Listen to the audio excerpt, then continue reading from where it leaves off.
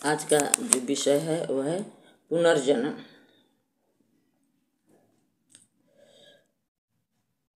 कासा कसमल धोए कर पहिने चेतन चीर, प्रियतम मिलन सोहाग में चढ़े महल धर दीर।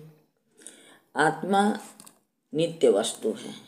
नित्य होने से आत्मा के अंदर अनेक जन्मों की संचित की हुई संस्कारों का उदय होना पूर्व जन्म को प्रमाणित करता है।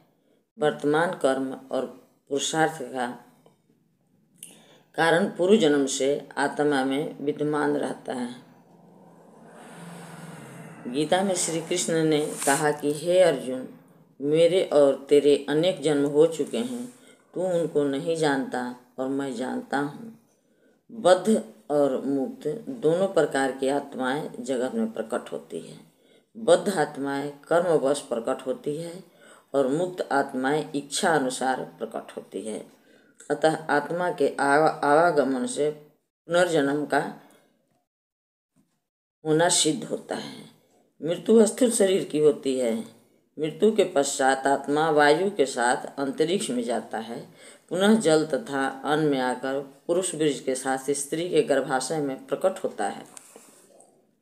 स्थूल, सूक्ष्म और कारण ये तीन प्राकृतिक देह हैं।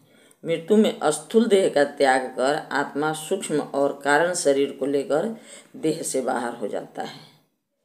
अल्पकाल अंतरिक्ष में निवास होने पर ईश्वरीय न्याय एवं अपने कर्मानुसार पुनः प्रकट होकर आत्माएं जगत में आ जाती हैं।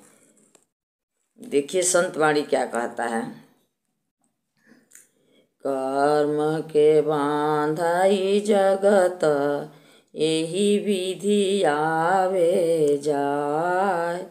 कर्म फंद जीवा फंदिया, कर्म के कीच नहाय। देखिए जो पंच क्लेश हैं उनमें अभिनिवेश मृत्यु